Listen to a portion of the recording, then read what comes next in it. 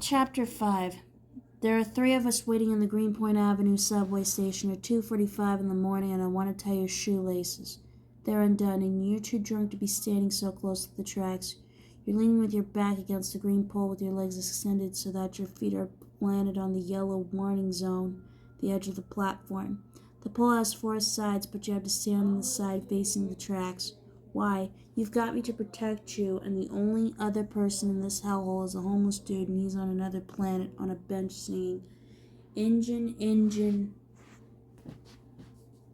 number 9 on the New York Transit line. If my train runs off the tracks, pick it up, pick it up, pick it up. He sings that part of the song on a loop, loudly, and your head is buried in your phone, and you can't type and stand and listen to his musical assault all at the same time. You keep sipping. Your shoes are old, no tread, and I keep flinching, and it's starting to get old. We don't belong in this dump. It's a minefield of empty cans, wrappers, things nobody wanted, not even the homeless singing dude. The kids you run with live to ride the G train, like it proves they're down. Real. But what your friends don't realize is that this line was better off without them, and their cans of Miller High Life and their pickle-scented vomit. Your foot slips. Again, you drop your phone and it lands in the yellow zone. You're lucky it didn't fall into the tracks, and I get goosebumps, and I wish I could grab you by the arm and escort you to the other side of the pole. You're too close to the tracks, Beck, and you're lucky I'm here, because if you fell, or if some sicko had followed you down, some derelict rapist, you wouldn't be able to do anything. You're too drunk. Your laces and your little sneakers are too long, too loose, and the attacker would press you down on the floor or against that pole, and he'd tear those already torn thighs off, slash those cotton panties from Victoria's Secret, and cover your pink mouth with his oily hand. And there'd be nothing you could do, and your life would never be the same. You would live in fear of subways, run back to Nantucket, avoid the casual encounter section of Craigslist, get tested for STDs on a monthly basis for a year, maybe two.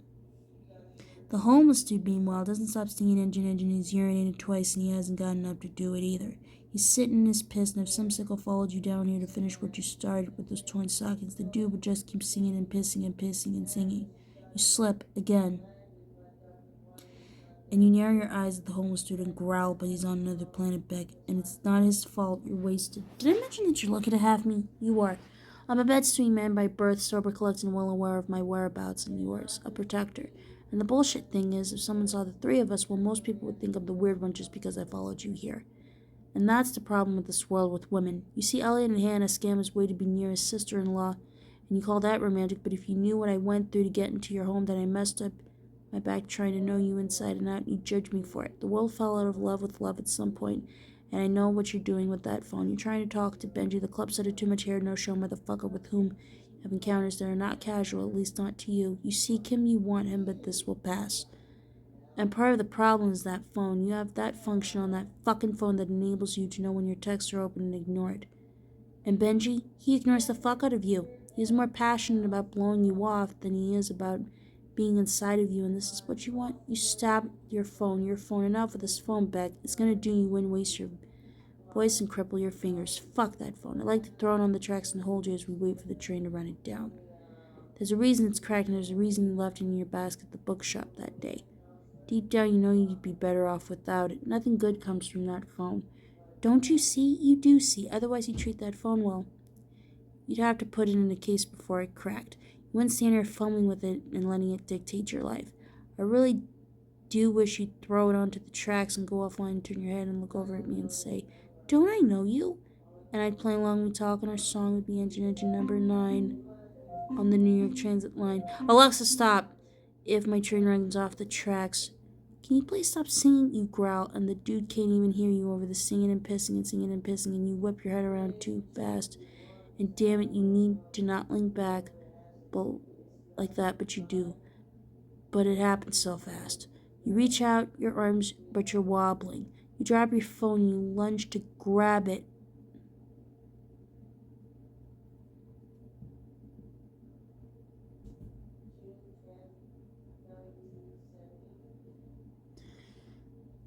You reach out, but but you're wobbling. You drop your phone and you lunge to grab it, and in the process you miss up. Ah!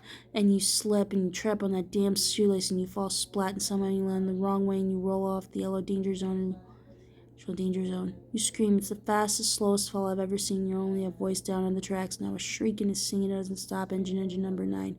It's the wrong soundtrack for what I have to do now, bad back and all. I run across the platform, look down at you. Help! It's okay, I've got you. Give me your hand. But you just scream again and you look like that girl in the well in the Silence of the Lambs. You don't need to look so freaked out because I'm here offering my hand, ready to pull you up. You're shivering, staring down the tunnel. Your head's filling with fear when you need to take my hand. Oh my god, I could die. Don't look at that way, just look at me. I'm gonna die. You take a step forward and you know nothing of railroads. Stay still, half the shit down there can electrocute you. What? And your teeth chatter and you scream. You're not dying, take my hand. He's making me crazy. You say and you block your ears because you don't want to sing and my train runs off the tracks anymore. That's singing, that's why I fell. I'm trying to help you. I insist and you let and your eyes pop. You look down the tunnel and then right up into my eyes. I hear a train. Now you feel it giving. I'm gonna die, you despair. Take my hand. The almost doing croons his nuisance and he's got out saying, pick it up, pick it up, pick it up, pick it up, and cover your ears and scream. I'm getting impatient and an engine will come on these tracks and eventually why are you making this hard? You want to get killed because if you stay down here, you will get run over. Take my hand. You look up and I now see a part of you that's new to me. A part that does want to be killed, and I don't think you've ever been loved the right way, and you don't say anything, and I don't say anything, and we both know that you're testing me, testing the world. You didn't get off that stage tonight until the last person stopped clapping. You didn't tie your shoelaces, and you blamed the world when you tripped. Pick it up, pick it up. Engine number 9. I nod. Okay, I reached out with my arms, palms up. Come on, I got you. You want to fight?